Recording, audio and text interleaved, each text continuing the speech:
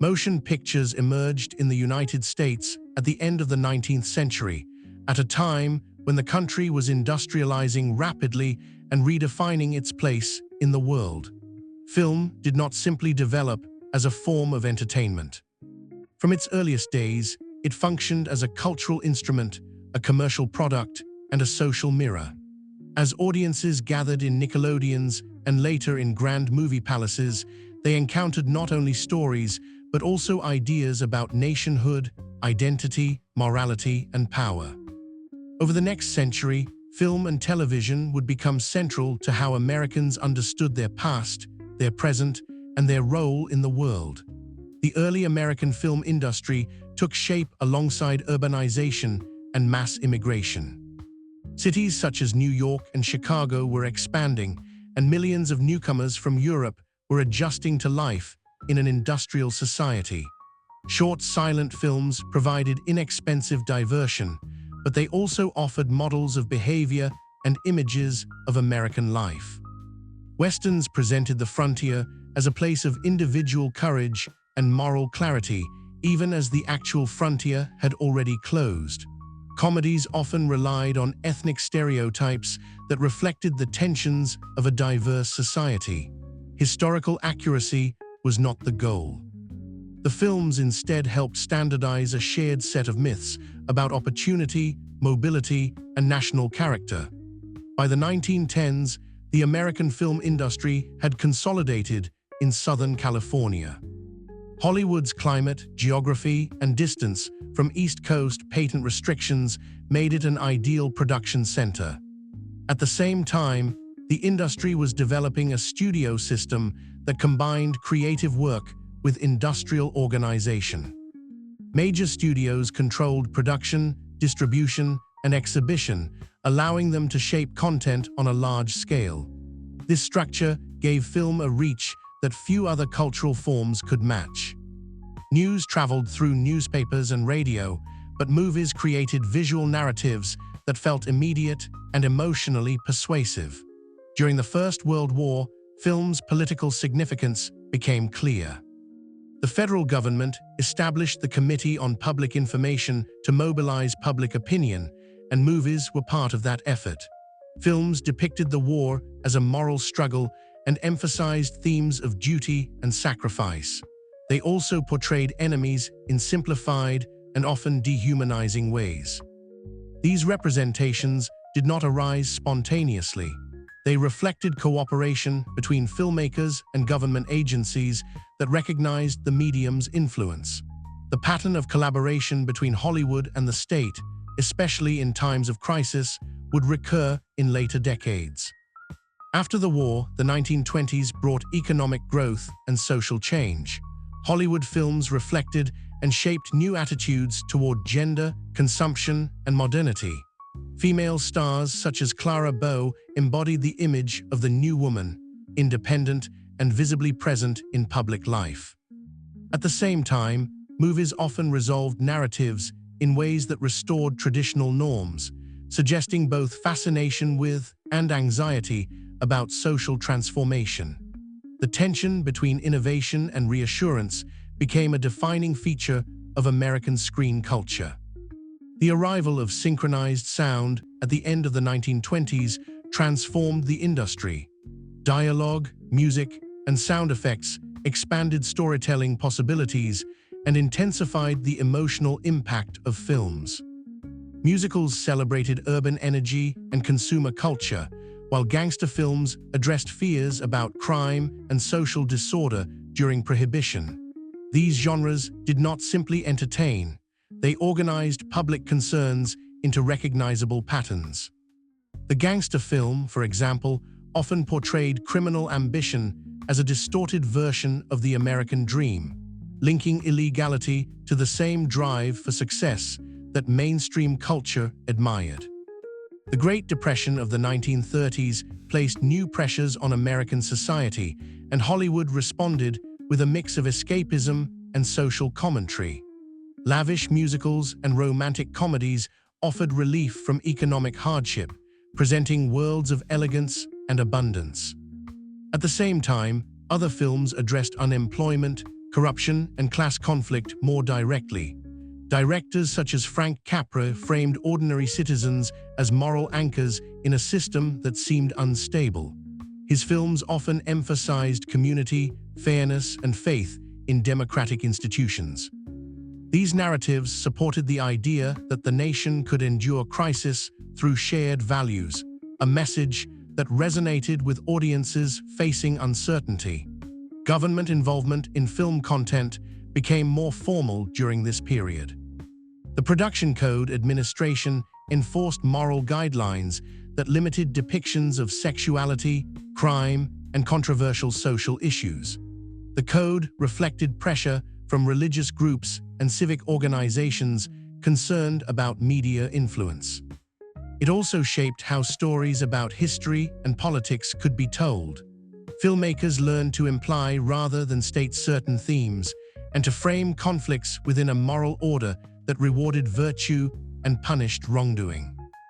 This regulatory environment influenced not only what appeared on screen, but also how audiences learned to interpret film narratives.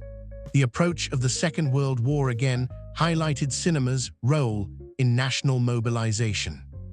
Even before the United States formally entered the conflict, films began to address fascism and global instability.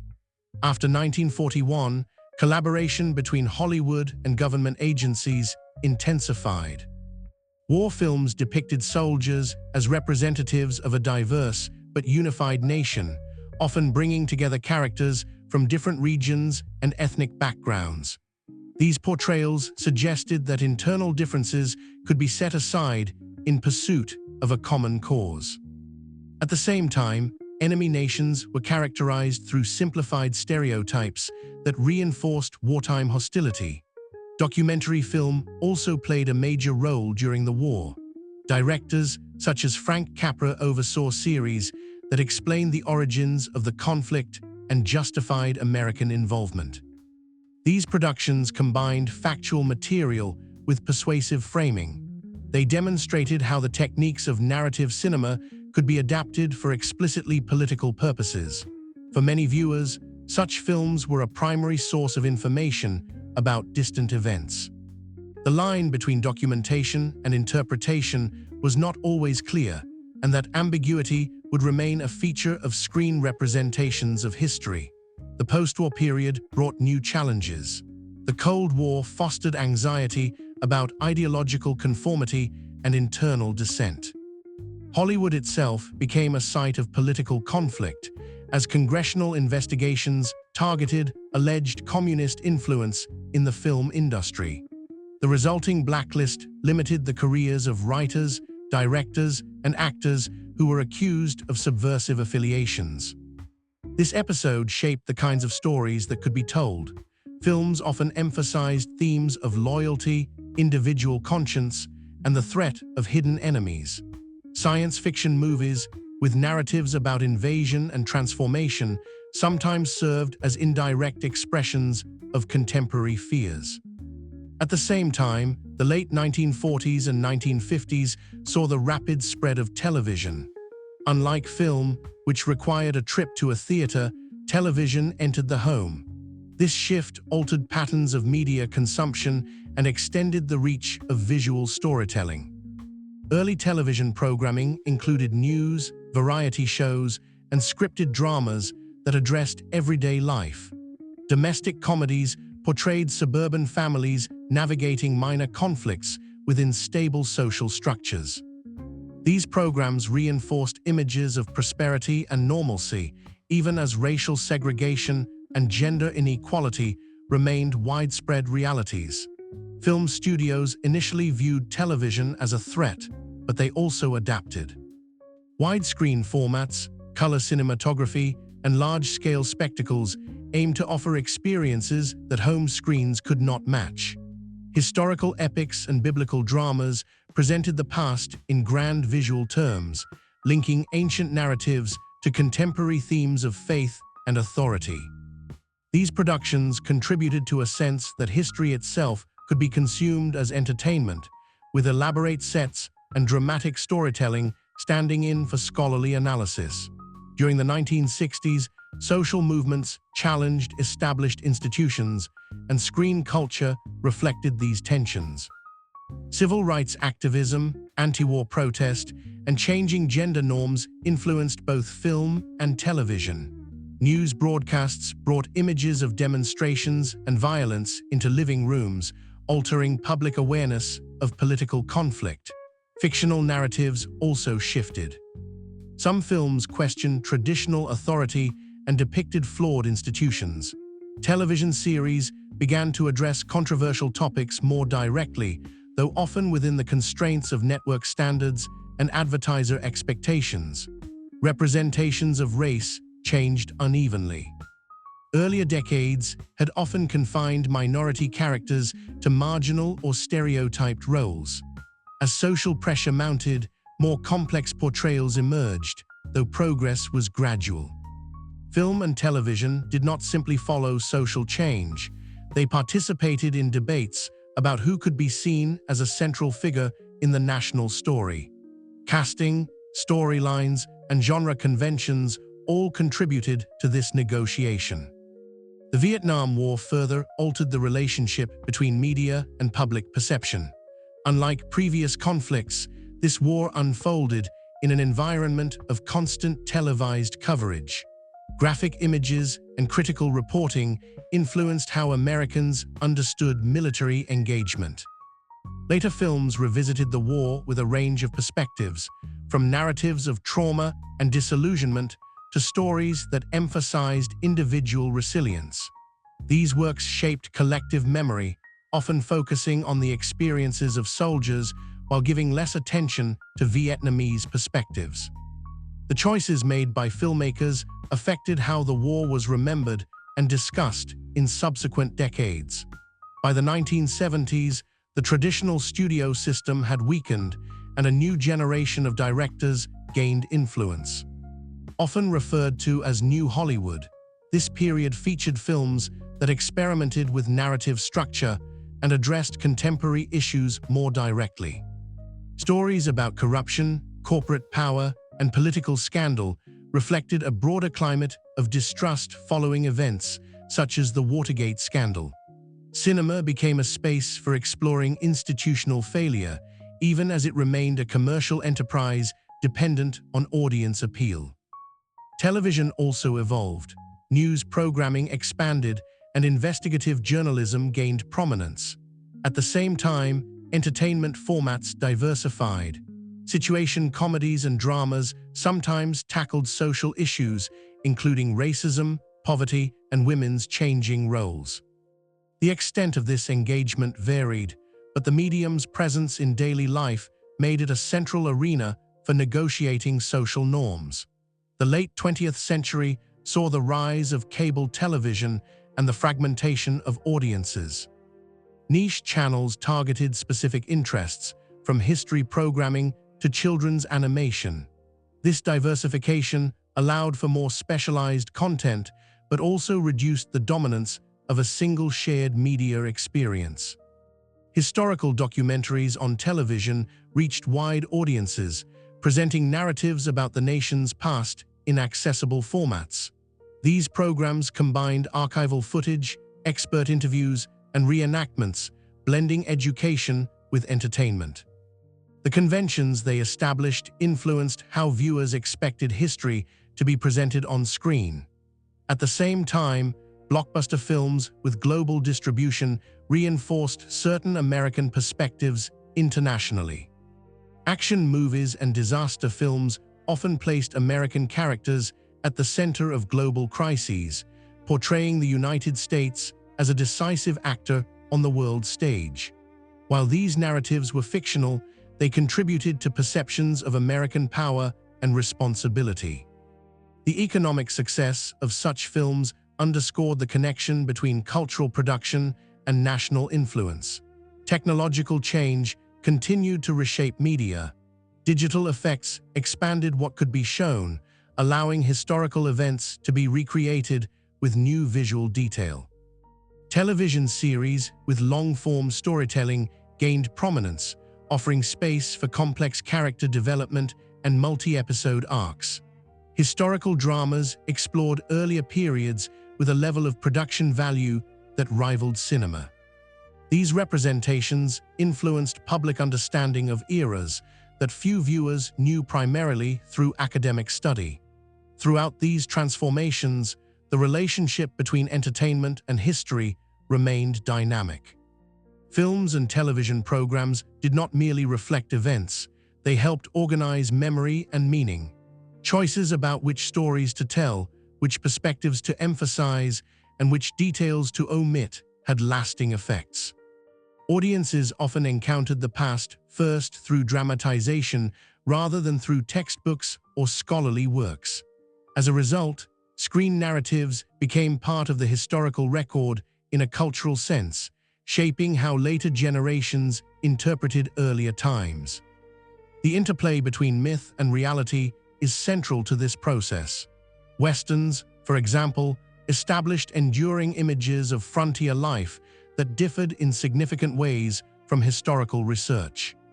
The genre emphasized individualism, conflict, and moral clarity, while minimizing the roles of indigenous peoples, women, and collective economic forces. Over time, revisionist films questioned these conventions, but the earlier images remained influential. Similar patterns can be seen in depictions of war, politics, and social change, where dramatic structure often favored clear protagonists and resolutions over complexity. Economic factors also shaped historical representation. Studios and networks depended on advertising, ticket sales, and later subscription revenue. Content that appealed to broad audiences or key demographic groups was more likely to be produced. This commercial framework influenced which aspects of history were foregrounded and which were sidelined. Controversial topics might be softened, while familiar narratives were repeated in new forms. Market considerations did not determine every creative decision, but they set boundaries within which storytelling occurred. Government agencies continued to engage with the entertainment industry. Military cooperation in film production, for instance, provided access to equipment and locations in exchange for script review. This arrangement affected how the armed forces were portrayed, often highlighting professionalism and technological capability. Similar dynamics appeared in other areas where official institutions recognized the value of positive representation. The result was an ongoing negotiation between creative expression and institutional interests. Audience interpretation added another layer. Viewers did not passively absorb messages, they brought their own experiences and beliefs to what they watched. Different groups could draw distinct meanings from the same program. Nonetheless, the repetition of certain themes and images contributed to a shared cultural framework. Over decades, these patterns influenced how Americans discussed their history, their political system, and their social divisions. The transition into the 21st century introduced new distribution platforms, including streaming services and online video. The boundaries between film, television, and other media became less distinct. Historical content reached global audiences more easily, and international productions influenced American viewers as well. At the same time, debates about representation, accuracy, and bias intensified. Social media allowed immediate public response to new releases, making the cultural conversation more visible and more contested. Despite these changes, the core dynamic persisted. Visual storytelling remained a powerful means of shaping historical understanding. Whether through a feature film, a serialized drama, or a documentary series, screen narratives continued to interpret the past in ways that affected contemporary identity and policy discussions. The history of American entertainment is therefore intertwined with the history of the nation itself, each influencing the other in an ongoing exchange that reflects shifts in power, technology, and social values. To understand how film and television shaped American historical consciousness, it helps to examine the mechanisms by which entertainment turns events into shared memory. Screen narratives rely on selection and compression. A lifetime becomes 2 hours. A complex political conflict becomes a set of recognizable character types. A messy chronology becomes a clean arc with a beginning, middle, and end.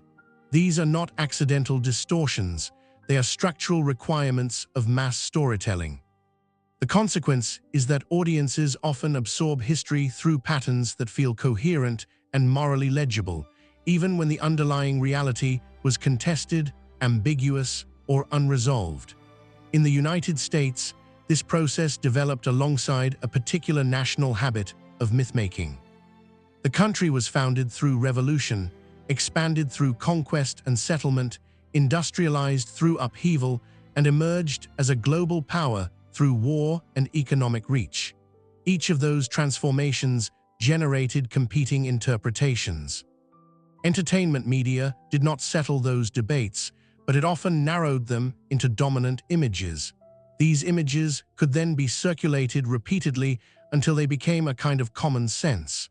The Western provides one of the clearest examples. From early silent films through the middle of the 20th century, the Western presented the frontier as the central theater of American character. The setting was often remote, but the values were intended to be national. The protagonist was typically a self-reliant man who used violence reluctantly but effectively. He stood for order, or at least for a form of justice that institutions could not yet provide. Communities were fragile, threatened by outlaws or savages, and stabilized through the hero's intervention. The land itself was depicted as open and waiting, a visual shorthand for opportunity and rightful expansion. This genre did more than entertain. It established a visual vocabulary for the American past. Viewers learned to picture the 19th century West not through archives or indigenous accounts, but through landscapes, costumes, and staged confrontations designed to be quickly readable. Native peoples were frequently cast as obstacles to progress rather than as societies with their own histories and political claims. The violence of dispossession was often reframed as a necessary stage of civilization. Even when Westerns acknowledged tragedy, they typically placed it within a narrative that affirmed American settlement as the inevitable outcome. These conventions mattered because the Western became a template for other kinds of stories. Its structure of frontier struggle and moral action carried into war films, police dramas, and political thrillers. The idea of a lone figure bringing order to chaos became a recurring theme across genres, reinforcing a specific interpretation of American power, decisive, individual, and justified by the threat of disorder. When later films questioned this image, they were reacting to a long-established tradition that had shaped audience expectations for decades. War films, similarly, turned national conflicts into personal narratives. During the Second World War, films often emphasized unity and sacrifice. They depicted soldiers as representative Americans, bringing together characters from different social backgrounds into a shared mission. This framework supported the idea that democracy could overcome internal differences in the face of external threat. The portrayal of enemies, however, frequently relied on caricature and racialized imagery, particularly in the Pacific theater. Such depictions shaped public understanding of war aims and moral boundaries. After the war, as the United States entered the Cold War, film and television were drawn into ideological competition. Communism was framed not simply as a foreign policy problem, but as a moral and cultural threat. Popular entertainment reflected that framing in multiple ways. Some productions were explicitly anti-communist, portraying subversion as a hidden force undermining American life. Others carried Cold War assumptions more subtly, presenting American institutions as fundamentally legitimate and portraying dissent as either misguided or dangerous. The blacklist era in Hollywood illustrates how political pressure shaped cultural output. Congressional investigations and public accusations created a climate in which association could be punished as much as action. Writers and directors were removed from projects, careers were interrupted or destroyed, and studios avoided material that might invite scrutiny. This environment narrowed the range of permissible political storytelling. Even when films addressed social issues, they often did so in ways that reaffirmed the broader legitimacy of American governance. The impact extended beyond the individuals targeted. It influenced what kinds of narratives could be imagined and produced. Television's growth in the 1950s strengthened these patterns. Network television depended on advertisers and sought large audiences. The safest route was programming that avoided overt controversy and reinforced a sense of shared normalcy. The suburban family sitcom became a defining genre, depicting domestic life as stable and broadly prosperous. These shows rarely addressed segregation, labor conflict, or structural inequality directly. They helped establish an image of post-war America that emphasized consumer comfort and social consensus, even though the era was also characterized by intense political conflict, including civil rights activism and anti-communist campaigns. At the same time, television news began to change the public's relationship to real-time events. Film newsreels had provided images of the world in theaters, but television brought regular reporting into the home. This shift mattered for historical consciousness because it altered how Americans experienced politics and crisis. Seeing events as they unfolded created a sense of immediacy, but it also encouraged interpretation through the framing choices of broadcasters. The camera's presence suggested transparency, yet what viewers saw was still shaped by editorial decisions about what to show, how to contextualize it, and which voices to include. The civil rights movement highlighted both the power and the limits of televised history. Images of peaceful protesters facing police violence reached national audiences and contributed to public support for federal action. Television helped make racial segregation visible to people who might otherwise have remained distant from its daily realities. Yet the coverage often focused on moments of conflict, emphasizing confrontation over organizing strategies, community institutions, or the internal debates within the movement. This pattern shaped how civil rights history would later be remembered, through iconic scenes of marches and speeches rather than through sustained attention to the local work that made those moments possible. Film responded to these changes unevenly. Some productions began to feature black protagonists in more substantial roles, but the industry remained constrained by commercial expectations and racial bias. When stories about race were told, they were often framed through white perspectives or presented racism as an individual moral failing rather than a structural system. The choices made in casting and narrative perspective influenced what kinds of historical lessons audiences took away. If racism was depicted primarily as the product of a few cruel individuals, then the solution appeared to be personal enlightenment rather than institutional change. The 1960s and 1970s brought a broader breakdown of old certainties, and entertainment media reflected that turbulence. The Vietnam War was central. Because it unfolded during the television era, Americans encountered the conflict through a combination of official statements, news footage, and later dramatized interpretations.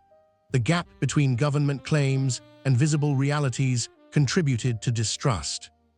When filmmakers later addressed Vietnam, many emphasized confusion, moral injury, and psychological damage. These films became influential in shaping public memory, often presenting the war as a national trauma that revealed limits of American power. Such portrayals carried consequences. They helped define a generational understanding of Vietnam as a cautionary tale, but they also tended to center American experiences and treat Vietnamese people largely as background figures. This imbalance mattered because it reinforced a pattern in which American history is told primarily through American suffering and self-examination, even in conflicts where American actions deeply affected other societies. The screen's focus can shape not only what is remembered, but also whose humanity is foregrounded.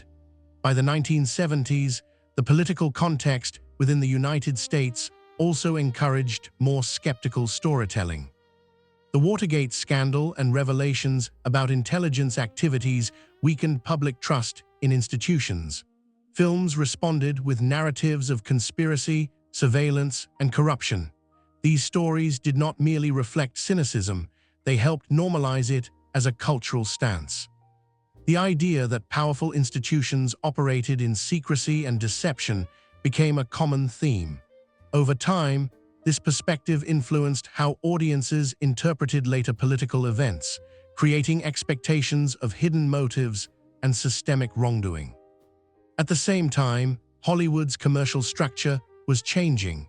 The decline of the old studio system and the rise of director-driven projects briefly widened the range of stories that could be told. However, the emergence of the blockbuster in the late 1970s and early 1980s shifted the industry toward high-budget films designed for mass appeal and international markets. This change affected historical representation. Films with broad global audiences often relied on simplified narratives that traveled easily across cultural contexts. Complex political history could be harder to package than adventure, spectacle, or personal drama. Television in the 1980s and 1990s followed a different but related trajectory. Cable expansion created more channels and more competition. News became more segmented, and commentary gained prominence. Entertainment programming diversified, but it also reflected the economic logic of attracting distinct audience groups. Historical miniseries and made-for-television films became important vehicles for dramatizing the past. They often presented historical events through personal stories, allowing viewers to connect emotionally while absorbing a particular interpretation of the era. The miniseries format, in particular, helped shape popular historical memory. By stretching across multiple nights, it offered more time than a feature film to depict a sequence of events. Yet it still relied on dramatization and narrative coherence. It tended to privilege certain characters and perspectives, often focusing on families or individuals who could serve as guides through a historical period. This approach made history accessible, but it also meant that broad structural forces were often translated into personal dilemmas. Economic transformations, legal changes, and international relations were filtered through individual choices, reinforcing the tendency to interpret history as the sum of personal actions rather than as the outcome of systems and institutions. The growing popularity of biopics illustrates a similar pattern. Films about presidents, activists, artists, and entrepreneurs have become a major way audiences encounter the past. The biopic depends on the idea that a single life can explain an era. That can be true in part, but it also risks overstating individual agency and simplifying collective struggle. When a movement is represented mainly through one charismatic leader, the contributions of organizers, local participants, and less visible figures can fade from view. This is not only a matter of fairness, it affects how people understand political change. If history is driven by exceptional individuals, then ordinary civic engagement can appear secondary. These issues become especially significant when entertainment intersects with national identity and policy. Screen portrayals of immigration, for example, have long reflected American ambivalence. Early films frequently depicted immigrants through caricature, framing them as comic outsiders or as sources of social disorder. Later films and television shows sometimes offered more sympathetic portrayals, emphasizing struggle, aspiration, and cultural negotiation.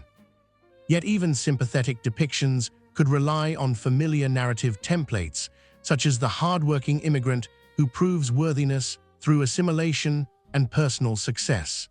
This template reinforces a particular vision of belonging, one earned through conformity and achievement.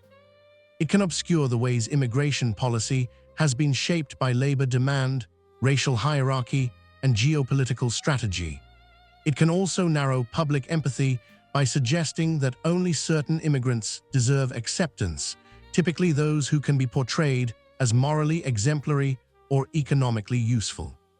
The entertainment industry's reliance on legible character types and satisfying resolutions makes it difficult to portray policy complexity without reverting to such simplifications. Similarly, portrayals of policing and crime have influenced public understanding of law and order. Police procedurals and courtroom dramas became staples of television, presenting legal institutions as central to social stability. These shows often frame justice as the outcome of professional competence and moral clarity, even when they acknowledge individual corruption. The repeated depiction of police as protagonists can shape perceptions of legitimacy, encouraging audiences to identify with law enforcement perspectives.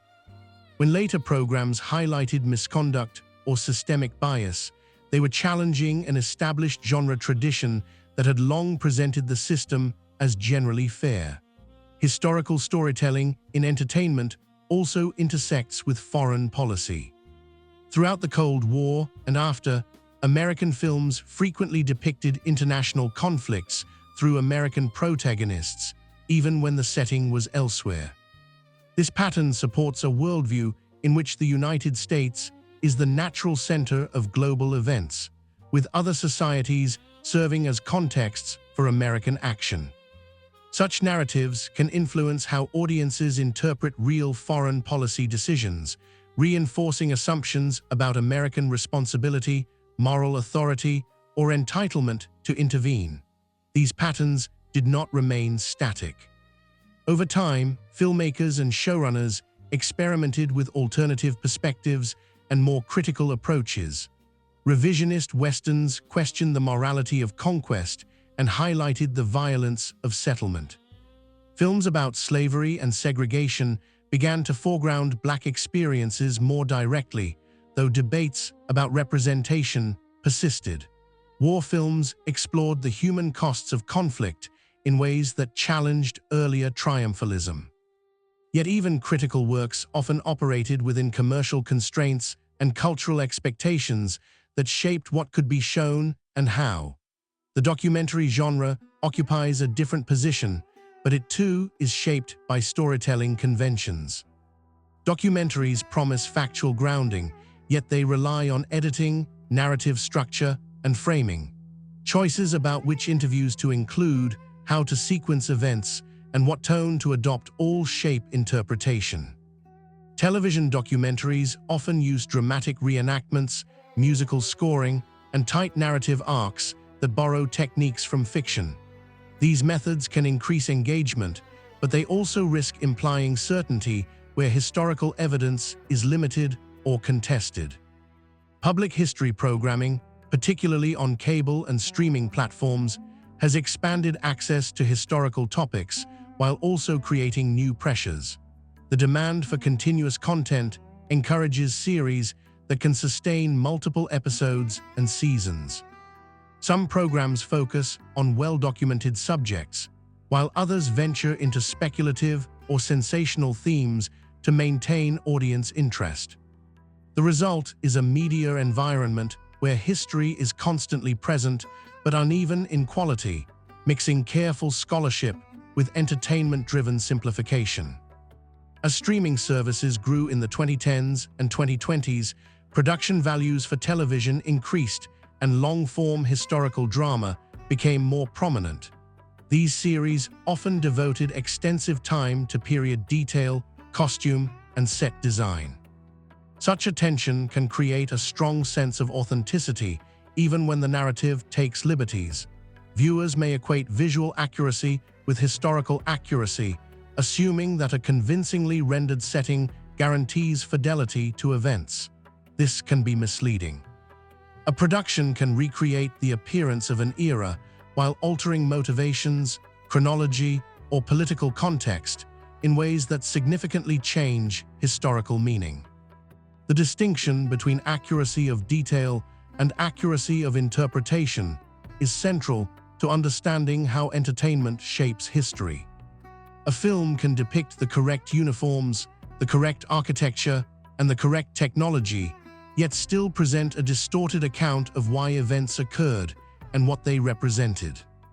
Conversely, a dramatization may compress time or invent composite characters while still conveying broader truths about social conditions and institutional dynamics. The question is not whether dramatization occurs, because it almost always does, but how it is used and what it implies. These questions become especially contentious when entertainment deals with recent history that remains politically charged. Films and television programs about terrorism, financial crises, pandemics, and elections are produced in environments where public memory is still forming and where political narratives compete openly. Screen portrayals can influence which explanations gain traction and which fade. They can elevate certain interpretations into mainstream visibility, particularly when they reach large audiences and become reference points in public conversation. The relationship between Hollywood and political institutions has also continued into the present, though it has evolved. Cooperation with the military remains common for certain productions, and access to locations and expertise can shape portrayals. At the same time, the entertainment industry has become more global, both in financing and in audience reach. International markets influence content decisions, including which historical topics are considered commercially viable and how political themes are framed. The result is a complex cultural system in which entertainment is neither a simple tool of propaganda nor a purely independent artistic realm. It is an industry with economic incentives, a set of creative communities with their own norms and ambitions, and a public forum where national identity is negotiated. Film and television shape history not by providing definitive accounts, but by repeatedly offering frameworks through which audiences interpret events, assign meaning, and imagine continuity between past and present. If the American story has often been told as a story of freedom, opportunity, and moral progress, entertainment media has been one of the most influential venues where that story has been rehearsed, revised, and challenged.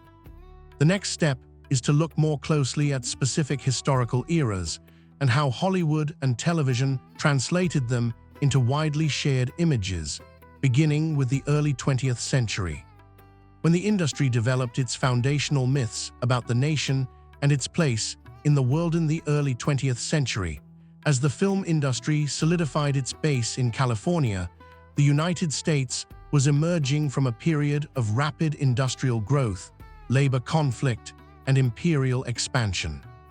Overseas territories acquired after the Spanish-American War and increasing involvement in global trade marked a shift from continental consolidation to international engagement. Yet on screen, the dominant historical imagination remained focused on the nation's internal past. Silent-era epics and dramas frequently revisited the Civil War, Reconstruction, and westward expansion, turning recent history into moral spectacle. One of the most influential early examples was the large-scale historical film that presented the Civil War and its aftermath as a national trauma, resolved through reconciliation among white Americans. Such films employed technical innovation and elaborate staging, but their historical interpretations were highly partisan. They depicted Reconstruction as a period of disorder imposed on the South and portrayed formerly enslaved people in degrading and inaccurate ways. These narratives drew on existing myths that had circulated in literature and public commemorations. Film amplified them, providing emotionally charged images that reached audiences far beyond those who read historical texts. The authority of the moving image helped legitimize interpretations that supported segregation and minimized the violence of slavery. At the same time, Hollywood cultivated genres that placed contemporary social change at a distance by framing it as personal drama. Melodramas about urban life addressed themes of poverty, temptation, and moral choice without directly confronting structural inequality. The city appeared as a site of danger and opportunity, a space where individuals could rise or fall based on character. This framing resonated with broader cultural narratives about self-making while leaving industrial labor conditions, corporate power, and political reform largely in the background. As the United States entered the First World War, the industry's relationship with the federal government deepened. Films supported bond drives and recruitment efforts, and storylines emphasized loyalty and vigilance. German characters were often depicted as cruel or duplicitous, reinforcing wartime hostility. These portrayals were part of a broader information campaign that included posters, speeches, and newspaper articles. Film's contribution lay in its capacity to combine visual spectacle with narrative identification. Viewers were encouraged to see the conflict not as distant geopolitics, but as a moral contest affecting families and communities like their own. The interwar years brought both economic prosperity and cultural tension. Prohibition, the expansion of consumer culture, and shifting gender norms created a sense of social flux. Hollywood films engaged these themes through genres that translated social change into familiar narrative forms. The flapper comedy, for instance, presented young women asserting independence in dress and behavior. While these films acknowledged new freedoms, they often concluded with reaffirmations of romance and domestic stability. In this way, cinema could explore change while containing its implications. Gangster films of the early sound era addressed another aspect of modernity: organized crime and the perceived breakdown of social order. These stories often traced the rise and fall of a criminal protagonist whose ambition mirrored the competitive ethos of the broader economy. The narrative arc typically ended with punishment, satisfying moral expectations while still allowing audiences to witness transgressive success. The genre suggested that the same drive that fueled legitimate enterprise could, under certain conditions, lead to violence and lawlessness. This ambivalence reflected wider anxieties about inequality and corruption during a period of financial instability. The Great Depression intensified these concerns. Unemployment, bank failures, and migration reshaped daily life for millions. Hollywood's response was not uniform. Some films provided escapist fantasies, with glamorous settings and musical numbers that bore little resemblance to economic hardship. Others engaged more directly with social issues. Stories about struggling families, corrupt officials, and collective action appeared, sometimes aligning with the reformist spirit of the New Deal. Even when not explicitly political, such films contributed to a cultural environment in which government intervention and social responsibility were seen as legitimate responses to crisis. The New Deal itself recognized the importance of media. Government agencies produced documentaries and sponsored artistic projects that depicted American life in varied regions and occupations. While Hollywood remained a commercial enterprise, its output existed alongside these publicly supported efforts. Together, they broadened the range of images through which Americans saw themselves, including portrayals of rural poverty, industrial labor, and regional diversity. At the same time, mainstream studio films continued to prioritize narratives that emphasized individual perseverance and moral integrity. As Europe moved toward another major conflict in the late 1930s, American films began to address international developments more directly. Some productions warned of authoritarianism and criticized fascist regimes, while others remained cautious, reflecting isolationist sentiment within the United States. Once the country entered the Second World War, the film industry mobilized on a scale that matched earlier propaganda efforts, but with more sophisticated techniques. Training films, documentaries, and fictional features all contributed to a coordinated representation of the war. These wartime films established durable images of the good war. Soldiers were depicted as citizen fighters, temporarily leaving civilian life to defend democratic principles. Diversity within the ranks was acknowledged in controlled ways, often through characters who embodied regional or ethnic types, while ultimately subordinating differences to national unity. Women appeared both in support roles and, increasingly, in uniform or industrial work, reflecting changes in labor patterns. Yet the emphasis remained on collective purpose and eventual victory. The representation of the enemy followed a different pattern. While German characters in some films were portrayed as victims of a tyrannical regime, Japanese characters were more often reduced to racialized caricatures. These depictions supported public support for harsh wartime policies, including internment on the home front. The visual language of film contributed to an atmosphere in which distinctions between governments and peoples could blur. After the war, these portrayals would be reassessed, but their immediate effect was to align cultural production with military objectives. Documentary filmmaking during the war further blurred the line between information and persuasion.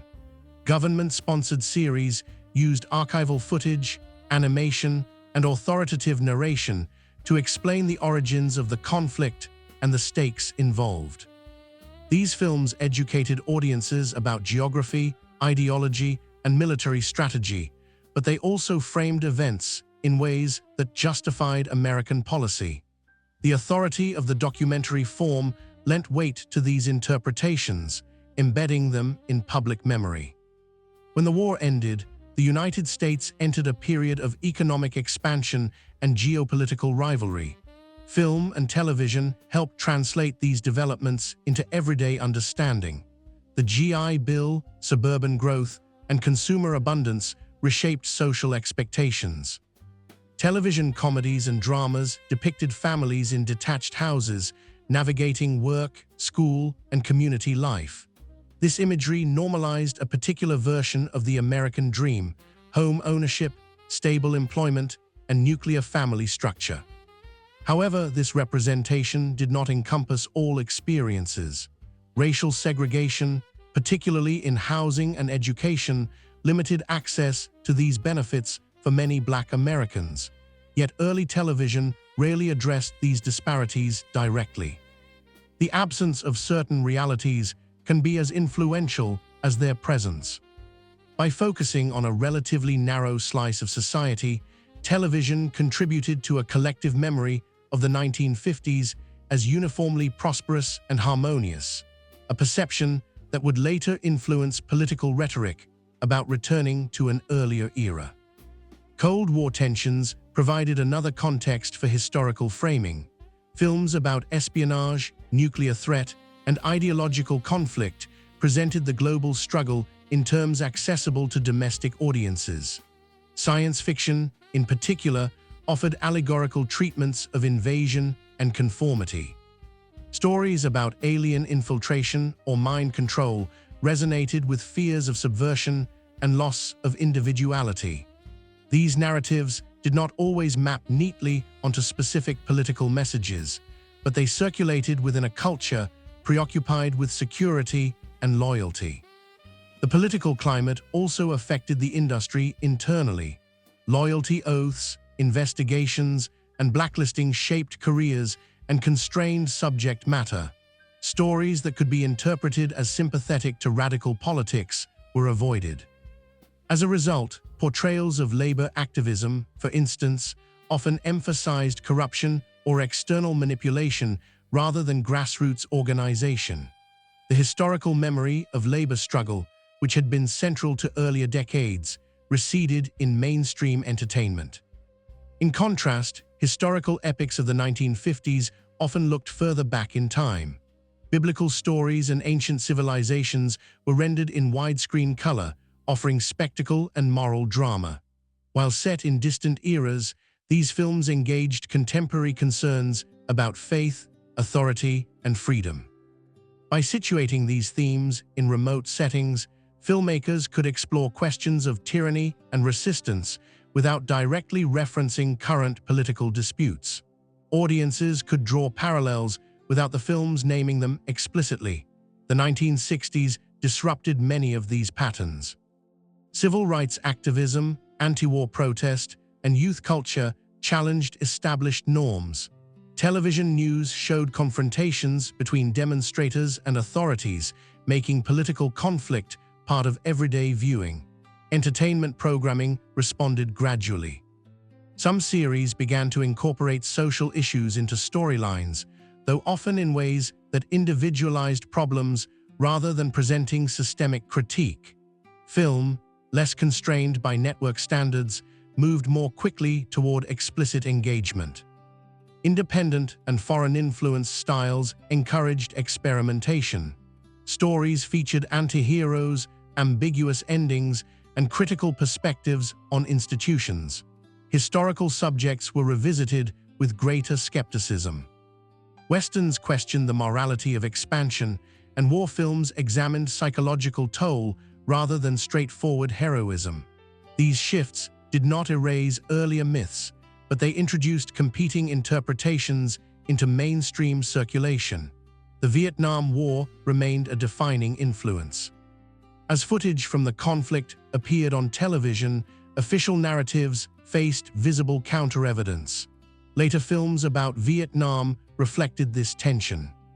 Some emphasized betrayal by political leaders, others focused on the experience of soldiers in an unfamiliar environment, and still others addressed the war's impact on veterans after their return. Together, these portrayals shaped a memory of Vietnam as divisive and tragic, in contrast to the unity associated with the Second World War. During the same period, the women's movement and changing gender roles influenced representation. Female characters in film and television increasingly appeared in professional roles and storylines that addressed discrimination and autonomy. Yet progress was uneven, and many narratives still centered male experiences. The negotiation between traditional expectations and new possibilities played out repeatedly in popular genres, contributing to evolving understandings of gender in historical perspective. By the 1970s, economic challenges and political scandal further eroded confidence in institutions. Films about journalism, corporate malfeasance, and political intrigue reflected a public mood of scrutiny. These stories often drew on recent events, blurring the boundary between history and current affairs. As they were repeated in classrooms and on television reruns, they helped fix certain episodes, such as Watergate, in a particular narrative frame, investigative persistence leading to accountability. Television documentaries and news specials also contributed to this process. Retrospective programs revisited earlier decades, using archival footage to construct coherent narratives about social change. These productions helped establish a timeline of modern American history, highlighting civil rights legislation, assassinations, and major protests as key turning points. The selection of which events counted as milestones influenced how viewers organized their understanding of the recent past.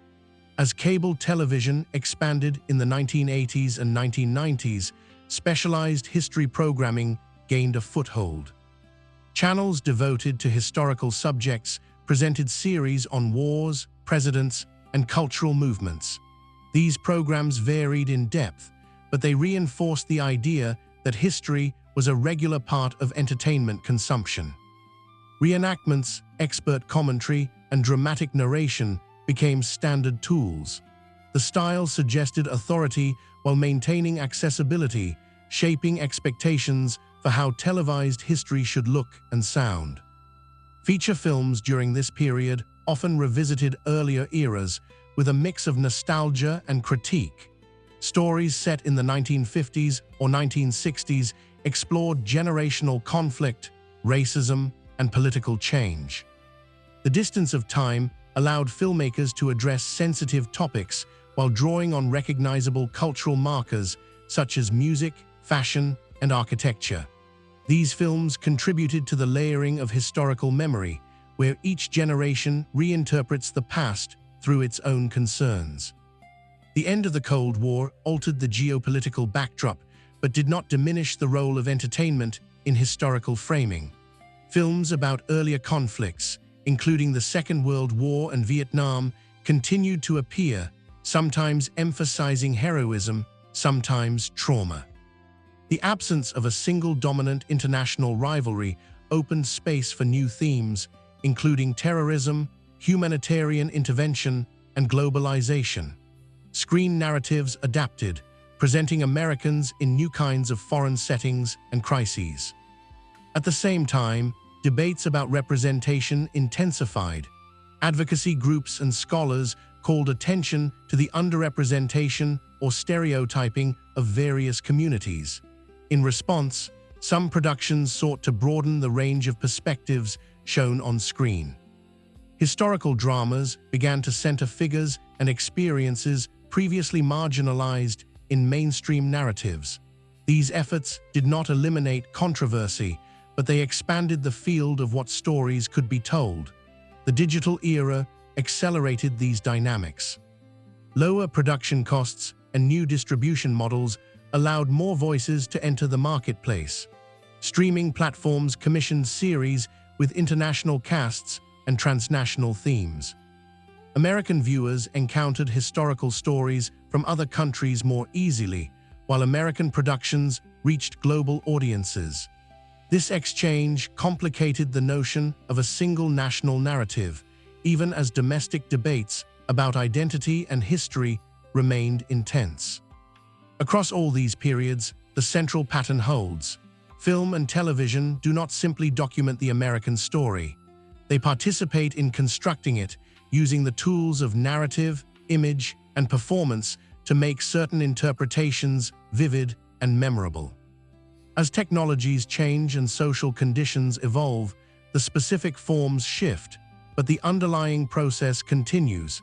Entertainment mediates between past and present, turning historical complexity into shared cultural reference points that influence how citizens understand their nation and their place within it. As the 21st century progressed, the scale and speed of media production altered how historical narratives circulated.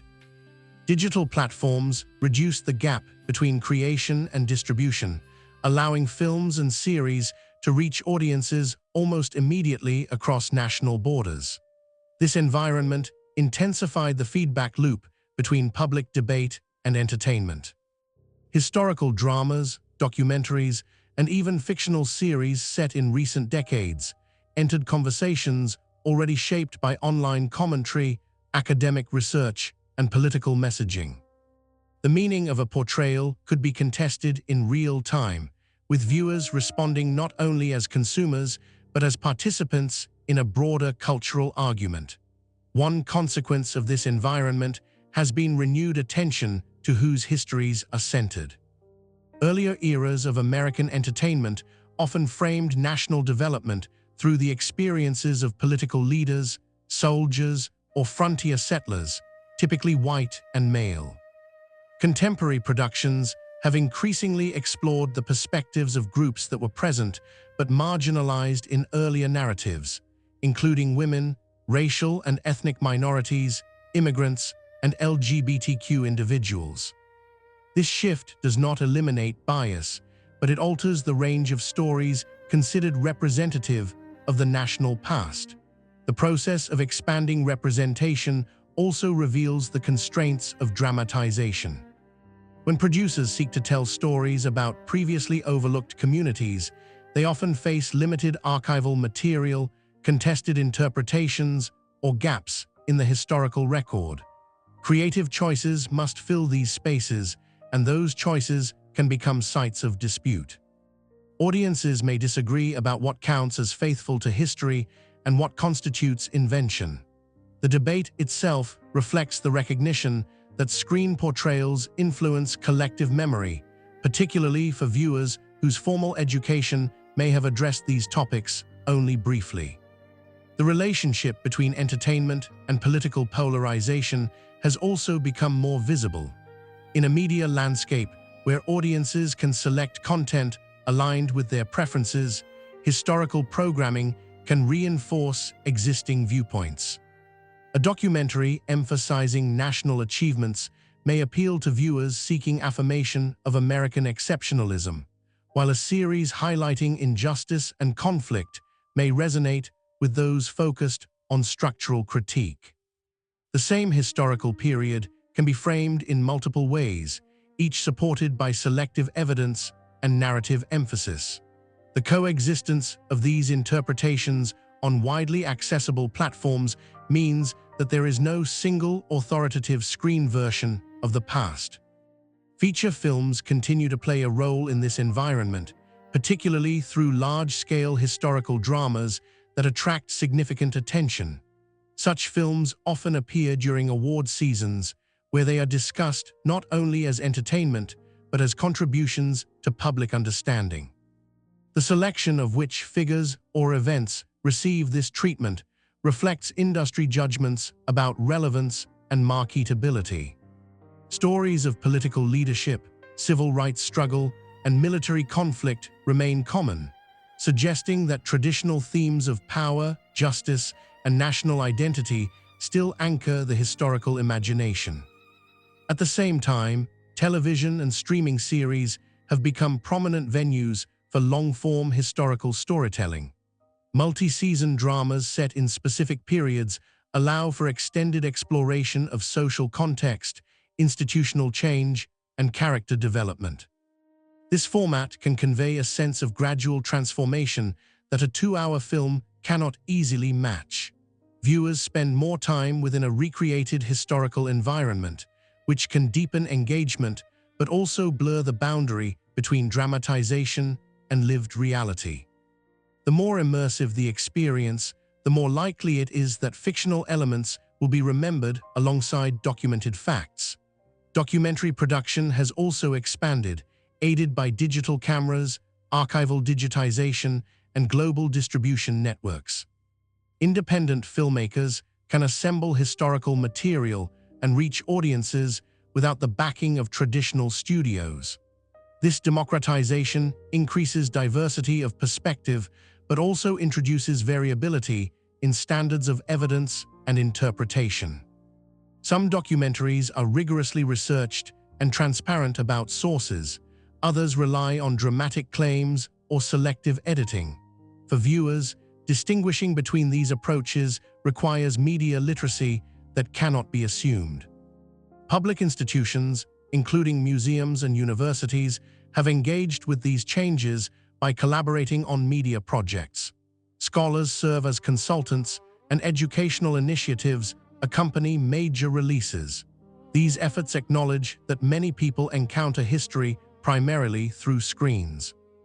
Rather than treating entertainment and scholarship as separate realms, such collaborations attempt to bridge them.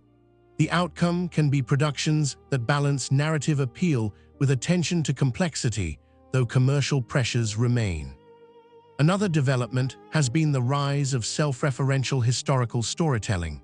Films and series increasingly depict earlier periods of media itself, such as Hollywood's studio era, the early days of television, or the careers of prominent entertainers. These works examine how previous generations of filmmakers and broadcasters shaped public perception. By turning the lens on the industry's own past, they invite audiences to consider the constructed nature of media history. This reflexivity does not dissolve the influence of entertainment, but it can encourage more critical viewing. Technological tools have further complicated questions of authenticity. Digital de-aging, computer-generated imagery, and sophisticated sound design can recreate historical figures and environments with high precision.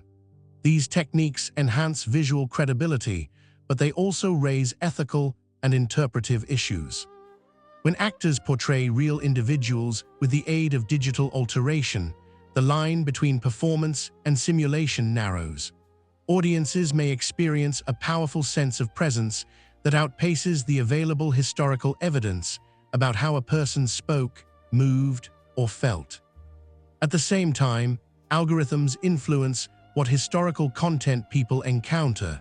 Streaming platforms recommend programs based on viewing patterns, shaping exposure to certain themes or perspectives. This system can create clusters of shared reference points within audience segments while reducing overlap between groups. The fragmentation of attention means that different parts of the public may build historical understanding from distinct sets of screen narratives. This divergence complicates the idea of a unified national memory. Despite these changes, certain continuities remain evident. Screen narratives still tend to focus on moments of crisis and decision: wars, elections, court cases, social movements. Gradual processes such as economic restructuring, demographic change, or environmental transformation are harder to dramatize and therefore often receive less attention. As a result, viewers may associate history primarily with dramatic turning points rather than with long-term trends. This emphasis can influence policy debates, where immediate events are foregrounded over structural factors. The use of familiar genres also persists. The courtroom drama, the biopic, the war film, and the political thriller continue to provide frameworks for interpreting the past. Each genre carries expectations about heroes, villains, and resolution. When historical material is fitted into these templates, certain outcomes become more plausible than others. Complex collective action may be recast as the achievement of a few individuals. Moral ambiguity may be reduced to a contest between right and wrong. These patterns do not eliminate nuance, but they guide interpretation. International collaboration adds another layer. Co-productions between American and foreign companies blend perspectives and production styles. Stories about global events, from world wars to financial crises, may be told with multinational casts and crews. This can broaden the lens, but it can also introduce compromises designed to appeal to diverse markets. Historical controversies may be softened or reframed to avoid alienating audiences in particular regions. The global circulation of media thus shapes not only distribution but also content. Educational settings reflect the influence of entertainment history as well. Teachers often use film clips or documentaries to illustrate topics, recognizing their ability to engage students. This practice reinforces the role of screen narratives as gateways to the past. It also places responsibility on educators to contextualize what students see, distinguishing between dramatization and documentation. The need for such mediation underscores the power of visual storytelling to leave lasting impressions. Public debate about monuments, curricula, and national identity often unfolds alongside media releases that address similar themes. A film about a historical figure can coincide with renewed scrutiny of that person's legacy in public spaces. Television series about systemic injustice can inform discussions about contemporary policy. The timing may be coincidental or strategic, but the interaction between cultural production and civic discourse is clear. Entertainment does not dictate outcomes, but it contributes images, language, and narratives that participants in debate draw upon. In this environment, the role of the viewer becomes more active. Audiences can compare portrayals, seek out alternative accounts, and engage with commentary from historians, journalists, and other viewers. The authority of a single production is less absolute than in earlier decades when distribution channels were limited. However, high-profile releases still command attention and can dominate conversation for extended periods. The balance between plurality and concentration remains dynamic. The cumulative effect of more than a century of film and television is a layered cultural memory in which certain scenes, characters, and storylines recur across generations. A battle may be remembered as much through a famous film depiction as through written history. A political scandal may be associated with a particular dramatization. These associations shape emotional responses and expectations. They can inspire interest in learning more, but they can also create fixed impressions that are resistant to revision.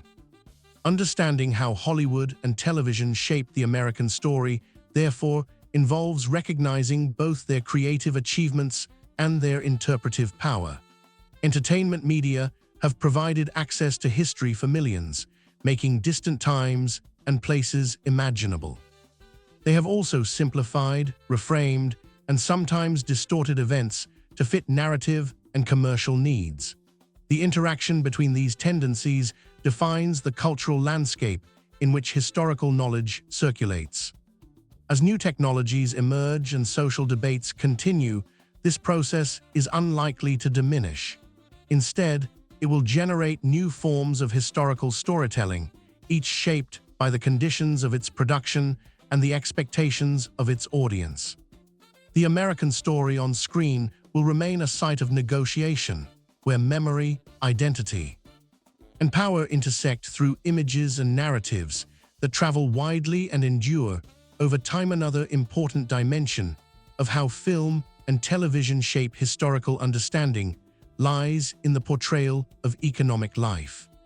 Political events and wars often dominate screen history, yet economic transformations structure everyday experience in ways that are less visible but equally consequential. Entertainment media have tended to personalize economic change, translating shifts in labor, industry, and technology into stories about individual ambition, success, and failure. This approach aligns with broader cultural narratives that emphasize personal agency, but it can obscure the systemic forces that influence opportunity and constraint. Early films frequently depicted upward mobility as a matter of character and luck. Characters left small towns for cities, sought work, and faced moral tests that determined their fate. While such stories acknowledged hardship, they rarely explored the underlying organization of industrial capitalism. Factories and offices appeared as settings rather than as systems. Labor conflict, when shown, was often framed through personal disputes rather than collective struggle. This pattern supported the idea that economic outcomes primarily reflected individual qualities. During the Great Depression, this narrative logic was challenged, but not abandoned. Films showed unemployment lines, foreclosures, and migration, yet resolutions often returned to themes of resilience and mutual support rather than structural reform. Even when sympathetic to working-class characters, many stories focused on dignity in adversity rather than on the mechanisms of economic policy. The New Deal's institutional innovations, such as Social Security and labor protections, appeared less frequently as central subjects than as background conditions. Post-war prosperity reinforced the association between consumption and national identity. Television advertising and programming together presented household appliances, automobiles, and suburban homes as markers of progress. Historical memory of this period often centers on material abundance, a perception shaped in part by screen imagery. However, the distribution of these benefits was uneven, and many forms of labor remained precarious or poorly compensated. Because entertainment media emphasized visible signs of comfort, they contributed to an image of the era that could minimize ongoing inequality. In later decades, as deindustrialization and globalization reshaped the economy, film and television again translated complex processes into personal narratives. Stories about factory closures, corporate takeovers, and financial speculation appeared, but they often focused on a small number of protagonists rather than on broader policy frameworks. The shift from manufacturing to service and information industries was experienced through characters losing jobs changing careers, or navigating corporate environments. These depictions made economic change emotionally legible while leaving macroeconomic forces relatively abstract. Financial crises provided moments when economic systems became unavoidable subjects. Films and series about market collapses, fraud, and regulatory failure attempted to explain complex instruments and decisions through dramatization. By focusing on traders, executives, and investigators, these productions offered entry points into otherwise technical material. They also shaped public memory of events such as major recessions, highlighting certain actors and decisions while downplaying others. The emphasis on individual responsibility could reinforce the idea that crises stemmed from personal misconduct rather than from structural design. Another domain where entertainment intersects with history is science and technology. Films and television have long portrayed inventors, researchers, and engineers as agents of change.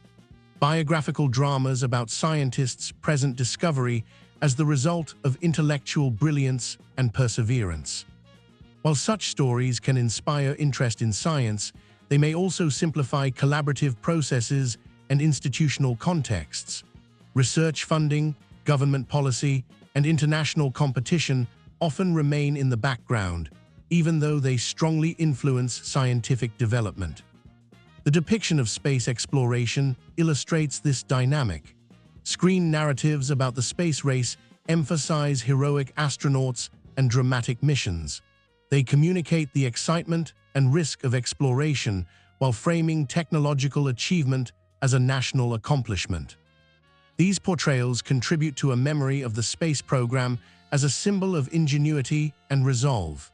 Less visible are the administrative, political, and economic factors that made such projects possible, as well as the broader geopolitical strategy in which they were embedded.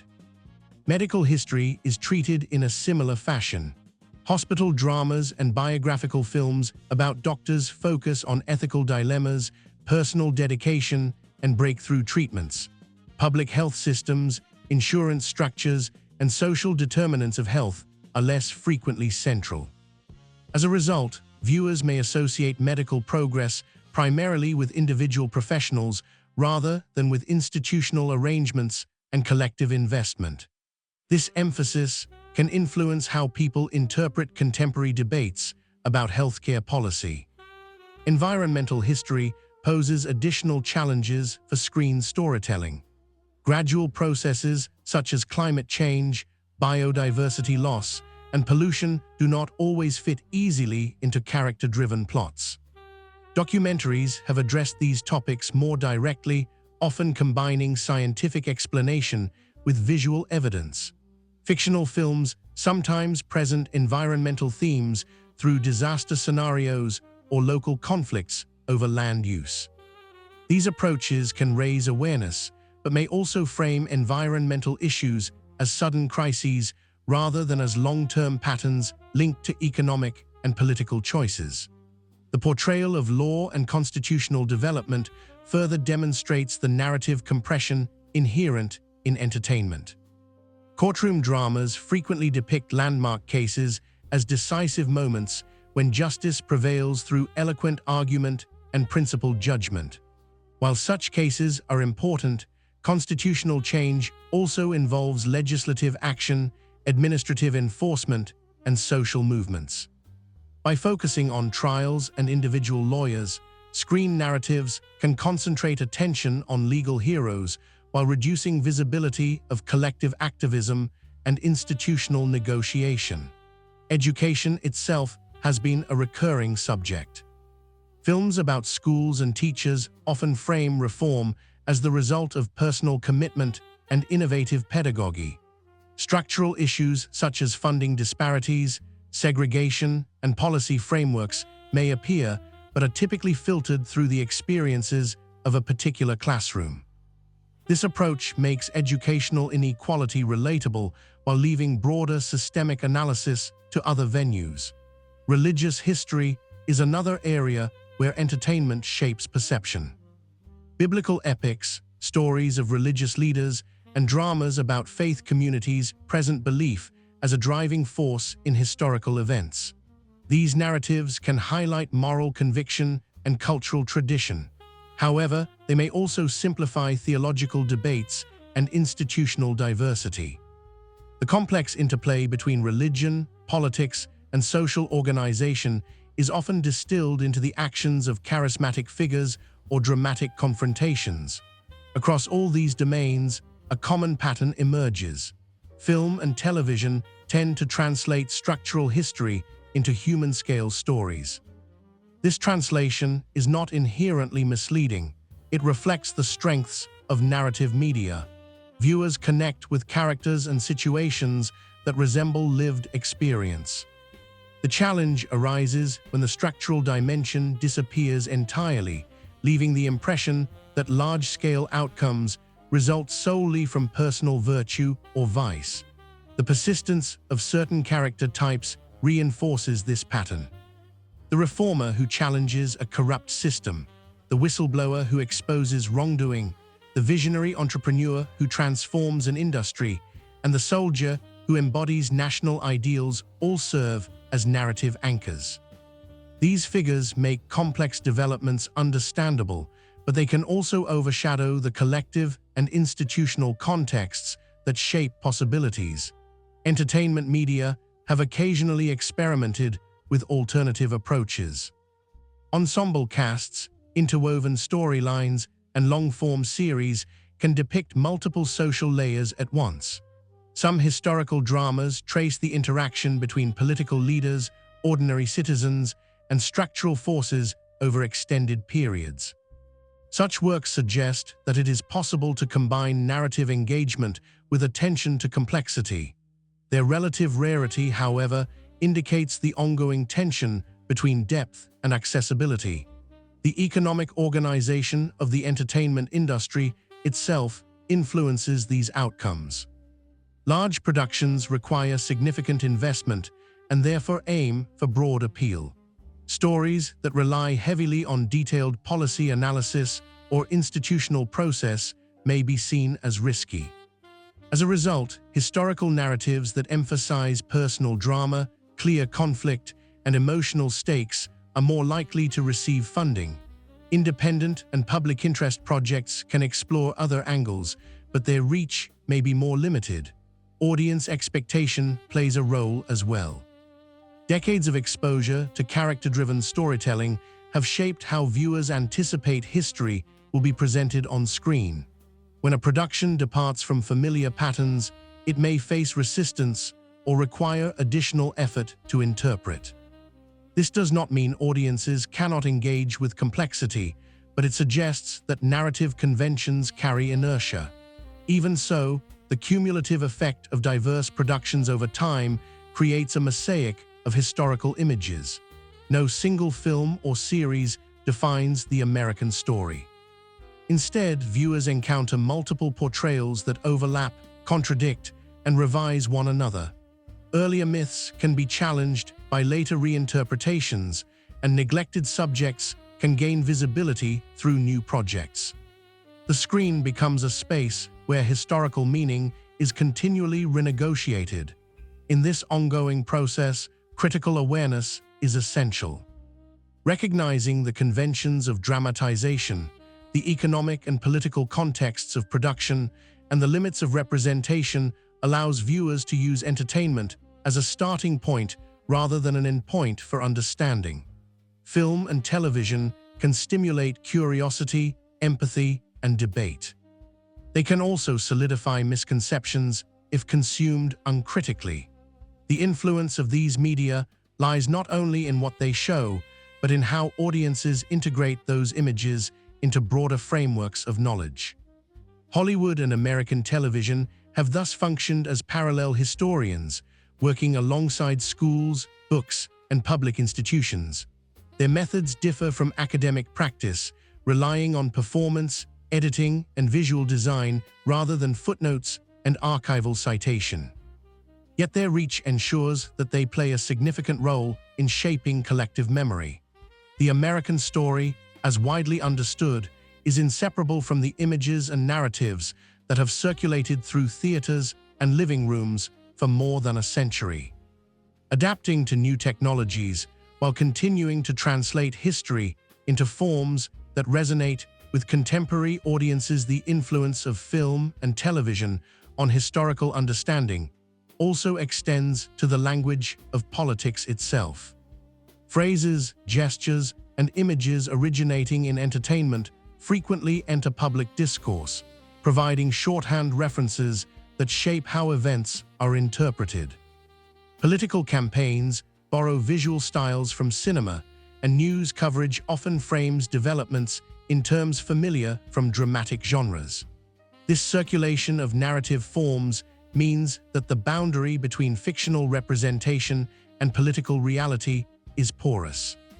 When citizens describe a scandal as resembling a political thriller or a military operation as unfolding like a war film, they are drawing on a shared vocabulary established through entertainment. This process affects how legitimacy and leadership are perceived.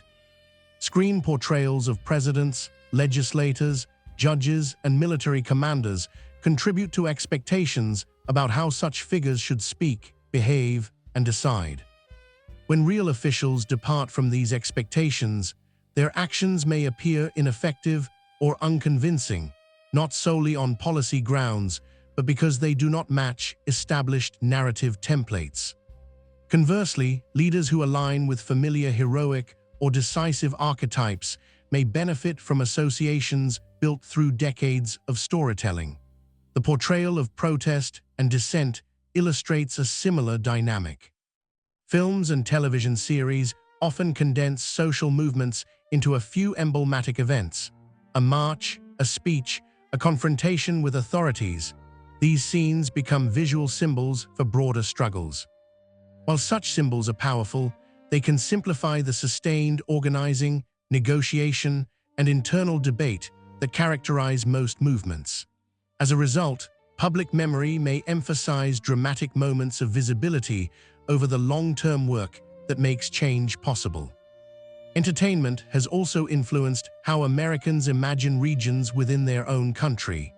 The South, the Midwest, the West Coast, and the Northeast have all been associated with particular character types and social themes through recurring screen depictions. Rural communities, industrial cities, and suburban developments each carry narrative associations that shape expectations.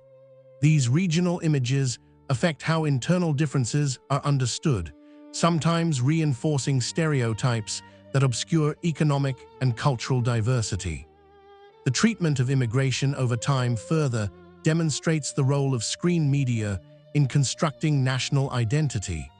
Periods of high immigration have been accompanied by films and television shows that explore assimilation, generational conflict, and cultural negotiation. Such narratives often emphasize personal adaptation and the blending of traditions. They can foster empathy by humanizing newcomers, yet they may also downplay the legal, economic, and geopolitical structures that govern migration. The focus on individual stories can obscure policy debates and international contexts that shape migration flows. Military history remains one of the most prominent areas where entertainment and national identity intersect. Films about past wars, from the revolution to recent conflicts, contribute to the moral framing of military action. They can highlight courage, sacrifice, and camaraderie, reinforcing respect for service. They can also explore trauma, error, and ethical ambiguity, complicating heroic narratives. The balance between these elements varies by period and genre. The cumulative effect influences how the public understands the costs and purposes of war. The role of humor should also be considered. Satirical programs and comedic films address historical and political subjects through exaggeration and irony. Comedy can make critique accessible and draw attention to contradictions in official narratives. At the same time, humor can distance audiences from events, framing them as absurd or inevitable rather than as matters for sustained engagement. Satire contributes to historical interpretation by highlighting certain features while diminishing others. Children's programming and animation introduce historical themes at an early age. Simplified stories about national origins, civic values, and famous figures provide initial frameworks that later knowledge may modify but rarely erase entirely. The tone of these productions often emphasizes cooperation, fairness, and clear moral lessons. As viewers grow older, they encounter more complex accounts, but the early narratives can remain influential as foundational impressions. The export of American film and television adds an international dimension to this process. Audiences abroad often encounter U.S. history through Hollywood productions, which can shape perceptions of American society and politics. These portrayals may emphasize particular aspects of national experience, such as frontier expansion, civil rights struggles, or technological innovation, while leaving others less visible. In this way, entertainment contributes to the global image of the United States, influencing diplomatic and cultural relationships. At the same time, American audiences consume foreign historical dramas and documentaries, which can challenge domestic perspectives and introduce alternative narrative styles. This exchange highlights the constructed nature of national histories and the possibility of multiple viewpoints. Yet the dominance of American media companies in global markets means that U.S.-produced interpretations often have disproportionate reach. Archival practices within the entertainment industry also affect historical memory. Decisions about which films and television programs are preserved, restored, and made available shape what later generations can access. Early works by marginalized creators were sometimes neglected or lost, limiting the range of perspectives visible in the historical record of media itself. Efforts to recover and digitize older materials can alter understandings of past representation by bringing overlooked voices back into circulation. The economics of intellectual property further shape historical storytelling. Rights to life stories, books, and archival footage determine what projects can be produced and how. Legal constraints can influence which figures receive biographical treatment and which events are dramatized. These factors, though often invisible to audiences, contribute to the map of historical subjects that appear on screen. The integration of interactive media adds another layer. While traditional film and television present fixed narratives, digital platforms allow viewers to explore historical material through interactive documentaries, educational applications, and related content. Though distinct from linear programming, these forms often draw on cinematic techniques and share production teams. They extend the influence of visual storytelling into spaces where users actively navigate information, blending entertainment and education. In considering all these elements, it becomes clear that the shaping of history through entertainment is not the result of a single intention or ideology. It emerges from the interaction of creative ambition, commercial calculation, political context, technological possibility, and audience interpretation. At different times, different factors predominate. Wartime mobilization may foreground national unity. Periods of social unrest may encourage critical perspectives. Economic booms may favor optimistic narratives. The long-term effect is cumulative. Each generation inherits a set of screen images and stories that define what earlier times looked like and what kinds of people populated them. These inherited images influence how new productions are made and received. When a filmmaker revisits a historical period, they are responding not only to archival sources, but also to previous portrayals that have shaped audience expectations. This layering means that entertainment history is itself part of national history. The evolution of genres, the rise and fall of studios and networks, and the careers of prominent actors and directors form a parallel narrative about American society. Changes in who gets to tell stories, which technologies are used, and which audiences are addressed reflect broader shifts in power and culture. Understanding the American story as mediated through film and television, therefore, requires attention to both content and form. The themes emphasized on screen, freedom, conflict, innovation, injustice, interact with the methods of presentation, genre conventions, star performances, visual style. Together, they create a body of cultural material that informs how citizens imagine their past and situate themselves within it. This process does not produce a single, stable narrative. It generates an ongoing conversation, sometimes harmonious, often contentious, about what the nation has been and what it is becoming. Film and television provide many of the images and storylines that structure that conversation. Their influence lies in repetition, emotional engagement, and accessibility, ensuring that historical interpretation is not confined to academic or official channels, but circulates widely through popular culture.